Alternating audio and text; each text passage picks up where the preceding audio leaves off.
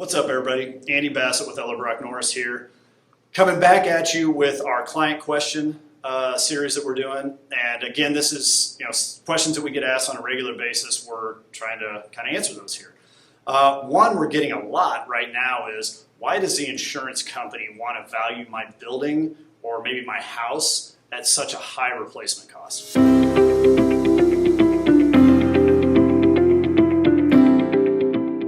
It's really applicable in the moment because we're seeing extremely high inflation, as we all know, specific to building materials.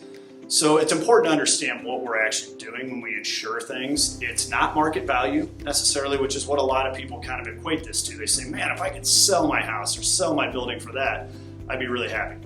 It's not market value.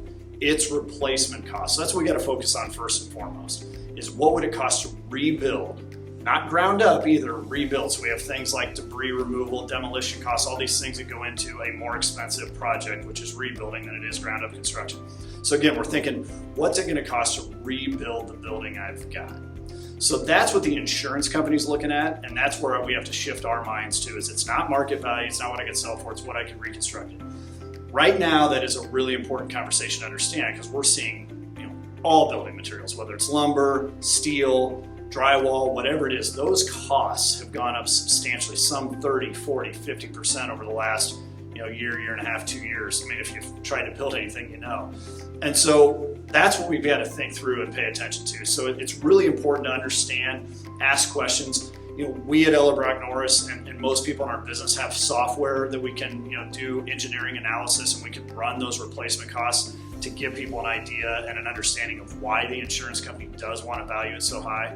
But it's really important to understand that, because if we're looking to, which most of the time we are, insure our buildings or our properties at replacement cost, we have to understand that these policies, they have language in them that requires that we carry it at replacement cost, or we're going to be penalized, and potentially significantly penalized at the time of a claim if we're not doing that. So it's really important to understand it. It's really important to understand the why behind it.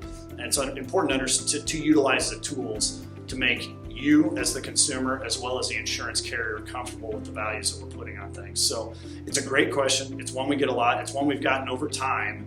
But again, it's become more prevalent lately with what costs have done. So, ask your team at Ellerbrock-Norris to deeper understand why, the values may be what they are. And I imagine after you look at it, you see the reporting, it'll start to make sense. But again, I think focusing on the fact that we're not talking about market value, but we're talking about what it would cost to reconstruct at the time of a significant event, that might help you focus a little bit more around, why the insurance company's coming up with potentially what appears to be a lot higher value than maybe you expected.